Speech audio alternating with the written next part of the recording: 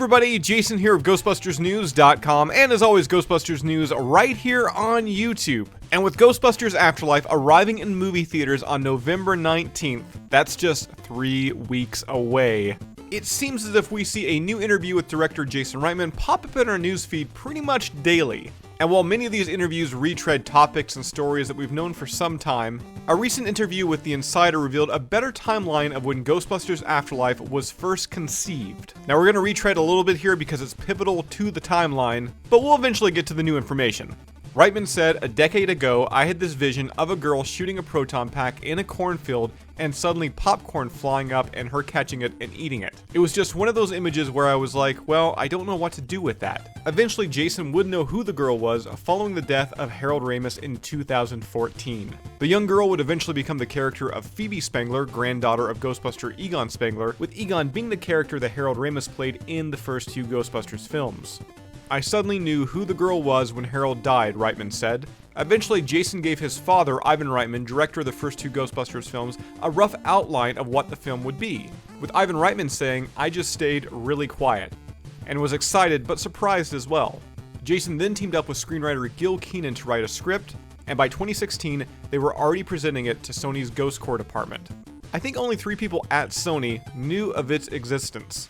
Each executive had to come by themselves to Ghost Corps and read the script in a room and then leave. I didn't really want it out there that we were writing this movie, particularly after the years of me saying I didn't want to make a Ghostbusters movie. Now, what is so remarkable about learning of this timeline is 2016 was the year that Ghostbusters was rebooted under the vision of director Paul Feig, with that film featuring stars Melissa McCarthy, Kristen Wiig, Kate McKinnon, and Leslie Jones in the lead roles. Now, in that interview, Jason also mentioned Ghostbusters 2016 director Paul Feig, saying that Feig really did the hard work regarding opening the door for his film. Now, to make sure that quote isn't misconstrued, I do want to replay this video I shot back at Ghostbusters Fan Fest in 2019 of Jason Reitman thanking Paul Feig for his efforts of Ghostbusters 2016.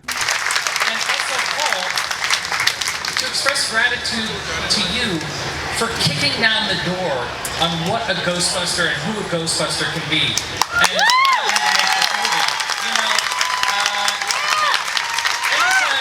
anytime I see a movie where there's a SWAT team, that's the first guy who goes to the door, and he's the one who takes all the damn bullets. And you were the first one through the door, and you were the person who's going to allow it so that I can make this movie and many other people can make Ghostbusters movies about people of every race, every gender, for people around the world. There are all kinds of Ghostbusters movies that I want to see. Thank you for making that possible.